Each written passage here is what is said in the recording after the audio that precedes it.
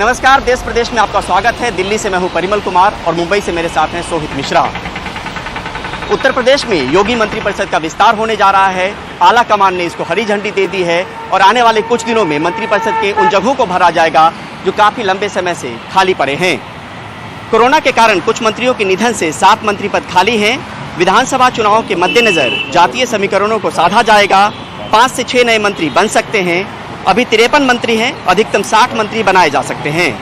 मौजूदा मंत्रियों के साथ छेड़छाड़ की कोई संभावना नहीं। नए मंत्रियों में जितिन प्रसाद, संजय निषाद, लक्ष्मीकांत वाजपेयी, विद्यासागर सोनकर, AK शर्मा आदि नामों की चर्चा। मंत्रिपरिषद के विस्तार को लेकर कल 3.5 घंटे चली बैठक के बाद ये फैसला हुआ। कल अमित शाह, JP नड्डा, योगी आदित्यनाथ, स्वतंत्र देव सिंह और सुनील बंसल की बैठक हुई थी।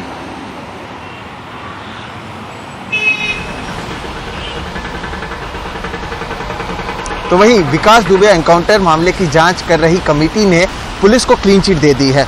इस कमेटी का कहना है कि एनकाउंटर वाली पुलिस की कहानी में शक की गुंजाइश कुछ भी नहीं है।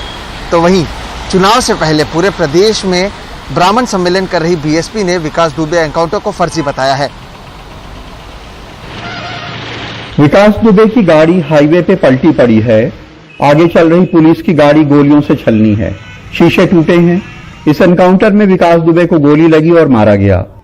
Retired justice BS Chauhan, SK Agarwal और पूर्व DGP KL गुप्ता की कमेटी ने इस पर लिखा है कि विकास दुबे की गाड़ी का बारिश में एक्सीडेंट हो गया। इससे पुलिस वाले जख्मी हो गए और हल्के बेहोश भी। विकास थोड़ा बेहोश इंस्पेक्टर रमाकांत की रिवॉल्वर छीन के भागा। पुलिस ने विकास को दौड़ाया तो वो उन पे गोलियां चलाने लगा। उसने 2 पुलिस वालों को घायल कर दिया। अपने बचाव में पुलिस ने गोली चलाई, वो जख्मी हो गया। अस्पताल ले जाया गया तो डॉक्टरों ने बताया कि वो मर चुका है। विकास दुबे के एनकाउंटर की पुलिस की कहानी पे शक की कोई गुंजाइश नहीं। जय श्री राम। BSP अपने ब्राह्मण सम्मेलनों में विकास दुबे और उनके साथियों के एनकाउंटर को जोर शोर से उठा रही है। पार्टी महासचिव सतीश मिश्रा इन सम्मेलनों में सरकार पे ब्राह्मण विरोधी होने के इल्जाम लगा रहे हैं और इन एनकाउंटरों पे सवाल खड़े कर रहे हैं। इतना बड़ा चिट्ठा है, कहां तक गिनाएंगे? 1 घंटा लग जाएगा खाली उनके किस्से बताने में आपको कि कहां पर कैसे 400 से ज्यादा ब्राह्मण समाज के लोगों को मार गिराया गया। इनकी तरह नहीं कि कहते हैं रोको और ठोक दो, लेकिन पहले जात पूछ लो और उसके बाद ठोक दो। BSP के ब्राह्मण सम्मेलन लगातार चल रहे हैं। आज बलिया में पार्टी का ब्राह्मण सम्मेलन हुआ, जिसमें पार्टी महासचिव सतीश मिश्रा ने ब्राह्मणों पर जुल्म के आरोप लगाए। बाद में मीडिया से कहा कि उन्हें इस जांच रिपोर्ट पे भरोसा नहीं है। अरे किसकी पुलिस की बात कर रहे हैं? वही तो किसके अंडर में है? वो किसके अंडर में? यूपी के अंडर में, यूपी के मुख्यमंत्री के अंडर में है। तो जो जब हाथरस में वो हो सकता है तो वहां पर क्यों नहीं होगा? इस रिपोर्ट की कोई वैल्यू है? हमारी सरकार आने दीजिए, दोबारा से इन सब चीजों को देखा जाए। समाजवादी पार्टी ने भी पार्टी के वरिष्ठ नेता जनेश्वर मिश्रा की जयंती पर पूरे प्रदेश में साइकिल रैली निकाली थी। इसे भी BSP के ब्राह्मण सम्मेलनों का जवाब माना जा रहा है।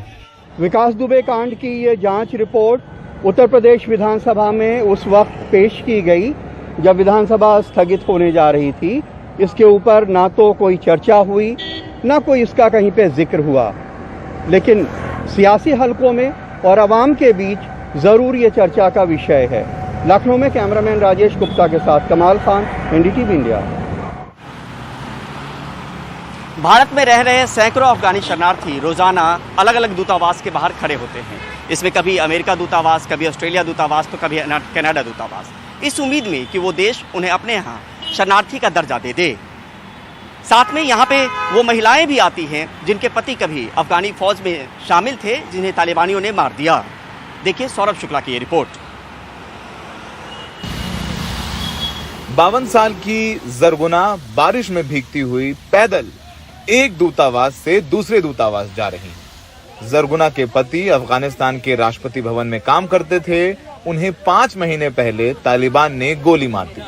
जरगुना ने किसी तरह भारत में शरण ली, लेकिन UNHCR कार्ड न होने के कारण जरगुना को भारत में दूसरे शरणार्थियों की तरह सुविधाएं नहीं मिल पा रही। UNHCR कार्ड बनाने के लिए जरगुना को 2 साल बाद का अपॉइंटमेंट मिला है। जी वो प्रेसिडेंट होम में काम करते थे, तो उनको काम से निकलते 4-5 बजे के करीब उनको इनके घर के पास ही मारा है। कब? 4-5 महीने पहले। 5 महीने पहले? जी जी। काबुल में? जी काबुल में। UNHCR कार्ड नहीं मिल रहा है क्या? अभी इनको इंटरव्यू के लिए 2 साल का टाइम दिया हुआ है। 2 साल बाद इनका इंटरव्यू होना है। और ये लोग अभी जैसे कि इनका फाइनेंशियली दिक्कत हो रही है, इन्होंने अपने घरों को अफगानिस्तान में किराए पे दिया था। अब जैसे तालिबान का टाइम आ गया तो अब वहाँ पे ये इनके घरों को तो वो हड़प लेंगे, तो ये खाएंगे पिएंगे क्या? 35 साल की शहनाज 2 महीने पहले अपने परिवार के साथ भारत आई थी। शहनाज के पति अफगानिस्तान पुलिस में थे। 2 महीने पहले वो कांधार तालिबान से लड़ने गए थे, तब से लापता हैं। शहनाज का भी UNHCR कार्ड नहीं बना है, तो उनका यहाँ अपने बच्चों को पढ़ाना भी मुश्किल है। शहनाज न भारत में काम कर सकती हैं और न ही बाहर किसी और देश जा सकती हैं। मेरा पति गायब है। आपका पति गायब है? हाँ। क्या पुलिस में थे? हाँ पुलिस में थे। पोस्टेड थे? उर्जगान थे। उर्जगान में थे? हाँ। तो आप यहाँ कब आई थी? या तो 2 महीने हुए, 2-3 महीने हुए हैं। हाँ। अभी पता नहीं चल पा, उनका फोन नहीं आ रहा है, अभी फोन नहीं सब बंद है। अच्छा, आपको डर लग रहा है यहाँ पे? बहुत डर लगता है। ऑस्ट्रेलियाई दूतावास ने भी दूतावास के बाहर लगे एक पेड़ पर लिखकर टांग दिया है कि वो भारत में रह रहे अफगान शरणार्थी नहीं लेगा। ये नोटिस पढ़कर सब हताश बारिश में भीगते अपने छोटे बच्चों को लेकर यूके दूतावास चले जाते हैं। दरअसल UNHCR कार्ड संयुक्त राष्ट्र द्वारा दूसरे देशों में रह रहे शरणार्थियों को दिया जाता है, जिससे उन्हें उस देश के संसाधनों और योजनाओं में भागीदारी मिलती है। हर रोज सड़क पर सैकड़ों अफगानी रिफ्यूजी इस उम्मीद में निकलते हैं कि किसी एम्बेसी में उनकी सुनवाई हो जाए, ऑस्ट्रेलिया सरकार या फिर ब्रिटेन सरकार इन्हें अपने देश बुलाकर रिफ्यूजी स्टेटस दे दे। वाकई में तस्वीरें मार्मिक हैं। छोटे छोटे बच्चे हैं, बारिश हो रही है, लेकिन फिर भी एक उम्मीद में कि इनकी सुनवाई हो जाएगी, ये अफगानी रिफ्यूजीज यहाँ पर डटे हुए हैं भारी बारिश में भी। सहयोगी अशोक माले के साथ नई दिल्ली में सौरभ शुक्ला, ETV इंडिया। गन्ने के दाम बढ़ाने की मांग कर रहे पंजाब के किसानों ने आज जालंधर के पास NH1 का रास्ता रोक दिया। दरअसल पंजाब सरकार ने कल ही गन्ने के दाम में 15 रुपये क्विंटल बढ़ाए थे, लेकिन किसानों की मांग है कि ये दाम 400 रुपये प्रति क्विंटल किए जाएं। इसके चलते किसानों ने पूरे पंजाब में धरना प्रदर्शन किया।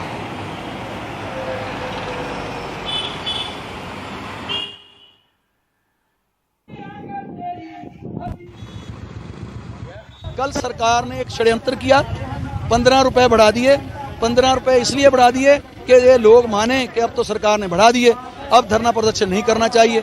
लेकिन लोगों को मालूम है कि हमारी कॉस्ट ऑफ प्रोडक्शन क्या है, उसके हिसाब से हमारा रेट बढ़ना चाहिए। मिलों को फायदा पहुंचाने के लिए सरकारें उनसे पैसा लेती हैं, करप्शन करती हैं, इसलिए किसान को लूटा जा रहा है, किसान का रेट नहीं बढ़ाया जा रहा। तो ये धरना प्रदर्शन इसलिए है। रेलवे ट्रैक भी रोकेंगे, अगर जरूरत पड़ी तो फिर सबसे मीटिंग करने के बाद फिर हो सकता है पंजाब बंद की कॉल भी दे।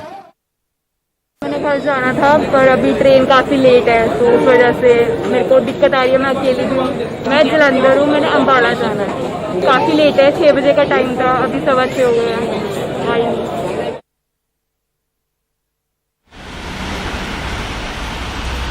तो वहीं बुलेटिन में फिलहाल वक्त है एक ब्रेक का। ब्रेक के बाद आपको बताएंगे जब एक क्रेन ने बाइक सवार को बाइक समेत उठा लिया। कहां का है ये पूरा मामला, देखिए ब्रेक के बाद।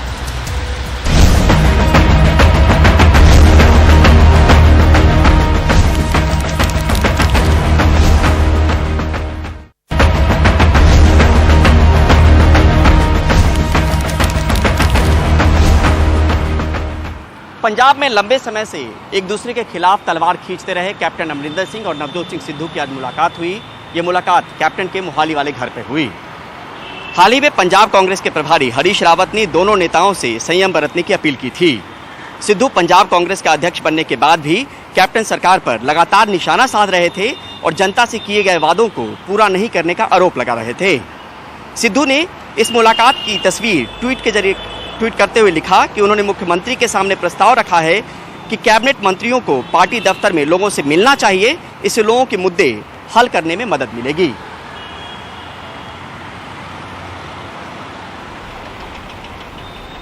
साल 2014 में सुप्रीम कोर्ट ने बैलगाड़ियों की दौड़ पर रोक लगा दी थी, लेकिन इसके बावजूद पश्चिमी महाराष्ट्र में बीजेपी विधायक की देखरेख में सैकड़ों लोग इकट्ठा हुए और इसका आयोजन किया गया। बीजेपी विधायक का कहना है कि वो ऐसा इसलिए कर रहे हैं ताकि उनकी संस्कृति को बचाया जा सके। महाराष्ट्र के सांगली जिले के वसंत क्षेत्र में जमा हुए ये लोग न केवल कोरोना संक्रमण से बचने के लिए बनाए गए नियमों का उल्लंघन कर रहे हैं, बल्कि सुप्रीम कोर्ट के साल 2014 के उस आदेश का उल्लंघन कर रहे हैं जिसमें अदालत ने बैलगाड़ी की दौड़ पर पाबंदी लगाई थी। बीजेपी विधायक गोपीचंद पडलकर ने पहले ही 20 अगस्त को इस दौड़ के आयोजन की घोषणा की थी। बड़े पैमाने पर जब पुलिस मौके पर पहुंची तो पता चला कि आयोजकों ने मुख्य स्थल से कुछ किलोमीटर दूर भोर में ही इसका आयोजन किया और कई लोग इसमें शामिल भी हुए। अब बीजेपी का कहना है कि अगर इसे करने से रोका गया तो मुंबई में आकर वो प्रदर्शन करेंगे। राज्य सरकार की ओर से सुप्रीम कोर्ट में ये जल्द ही जल्द डेट लेके ये मामले में बैलगाड़ा शरीयत चालू होने के बारे में सरकार की ओर से कोई प्रयास होना चाहिए और मैं आपके माध्यम से ही मांग करता हूँ जल्द ही जल्द आप बैलगाड़ा शरीयत चालू कर दे जाए, वरना हम महात्मा ज्योतिबा फुले का जो जन्मगांव है कटगुन, वहां से बैलगाड़ा लेके मुंबई की ओर हम चलते आएंगे। पुलिस की ओर से पहले ही चेतावनी दी गई थी कि इस तरह का कोई आयोजन नहीं किया जाए। इलाके में धारा 144 को भी लागू किया गया था, लेकिन इसके बावजूद इसे आयोजित किया गया। अब प्रशासन कार्रवाई की बात कर रही है। मेरी पुलिस अधीक्षक से बात हुई है, इस मामले की जांच की जा रही है और इसके लिए जिम्मेदार लोगों के खिलाफ पुलिस प्रशासन की ओर से कार्रवाई की जाएगी। पिछले कुछ दिनों से बीजेपी की ओर से राज्य सरकार के कोरोना के चलते लगाए गए पाबंदियों का विरोध किया जा रहा है। राज्य में राजनीतिक रैलियों पर पाबंदी होने के बावजूद नारायण राणे रैली करते नजर आते हैं, तो वहीं राम कदम मंदिर नहीं खोले जाने का विरोध करते हैं। जाहिर है कि बीजेपी अब इन पाबंदियों को चुनावी मुद्दा बनाना चाहती है, लेकिन क्या कोरोना काल में नियमों की अनदेखी करते हुए ये करना सही है? सांगली से रॉबिन्सन डेविड के साथ मुंबई से Sohit Mishra, NDTV India. Traffic का उल्लंघन करने वाले वाहनों को आपने कई बार क्रेन से उठाते हुए देखा होगा, लेकिन अब आपको एक ऐसा वीडियो दिखाते हैं जहां पर एक बाइक को बाइक सवार के साथ ही उठा लिया गया। मामला पुणे का है। पुणे के पेठ इलाके की बात है। गुरुवार शाम को ये बाइक सड़क किनारे खड़ी थी और बाइक सवार बाइक पर बैठा हुआ था, तभी क्रेन से बाइक सवार समेत बाइक को उठा लिया गया। शुक्रवार को जब ये तस्वीरें सामने आई तो ट्रैफिक डिपार्टमेंट के अधिकारियों ने मामले की जांच के आदेश दिए हैं।